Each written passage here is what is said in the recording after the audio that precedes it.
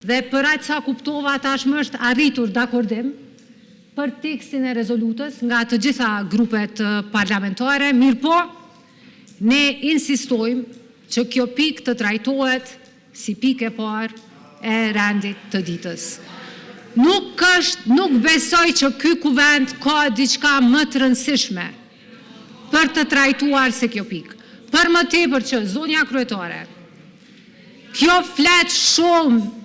flet shumë edhe për kulturën politike që është duke mbizotruar në Kosovë tani e disa vite. Nuk është turp, as nuk është dobësi që shumica parlamentare ta pranoj një kërkesë të opozitës. Jemi në një situatë tërësisht të paprecedent. Për herë të parë, ky kuvent ka seancë parendite të miratuar në kryesi. Ju lutem që ta zhvendosni si pikë të parë të rendit të ditës. Propozimin për rezolutën ne e kemi mbështetur. Kemi propozuar që të dërgojmë deputetët tanë për të konsultuar edhe dhënë kontributin për këtë rezolut.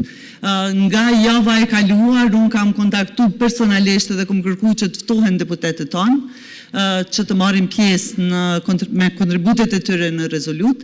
Në mbledhjet e kryesisë na u tha aty për aty me njerë që tjetë pike por rendi ditës 2 deputetët tonë, Ardian Gola edhe deputeti Adnan Rustemi kanë punuar deri mbrëm vonë, sepse kemi marrë draftin nga PDK-ja, do të thënë edhe një herë të mërkurën. Kanë pas takime sot dhe unë besoj që janë para finalizimit gjithësisht dakordimit të përmbajtjes së rezolutës. Në këtë pikë, unë nuk isha lutë që ta lëmë si pas rendit të ditës që është i propozuar tashmë, edhe sa po të kemi edhe dakordimin final e miratojmë. Ne kemi një propozim që ka të bëjë me rregullorën, të cilën ne e diskutuam më 3 prill para saktësisht një jave në këtë kuvent. Për 9 orë ne diskutuam me shqetësim për rritjen e çmimit të naftës dhe rritjen zinxhirore të çmimeve që i prek secilin qytetar të Kosovës. Dhe për këtë mendojmë që rezoluta jonë është rezoluta të cilën e kemi propozuar këtu dhe masat janë tepër të rëndësishme që të trajtohen para marrëveshjeve ndërkombëtare. Rëndom në shqyrtimet parlamentare kur një çështje diskutohet dhe nuk i vije radha e votimit ose për mungesë kvorumi, vendoset në seancën tjetër dhe vihet në fillim. Prandaj propozoj që kjo të vije para marrëveshjeve ndërkombëtare. Domethënë ti ndrohet renditja votimit të rezolutës sonë.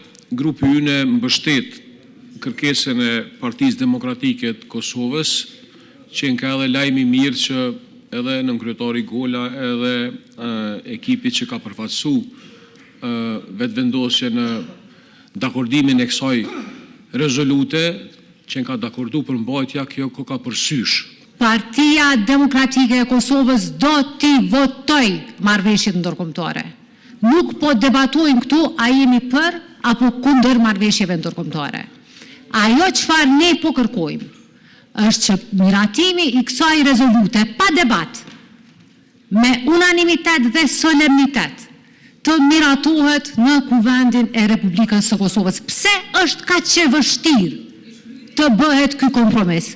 Në ndërkohë që sigurisht zonja Lushaku do të flasë për vete, mirëpo kërkesa, siç e kuptuam ne, e LDK-s ishte që rezoluta e tyre të votohet pas rezolutës për të kaluarën dhe ne e mbështesim kërkesën e tyre. Kaq.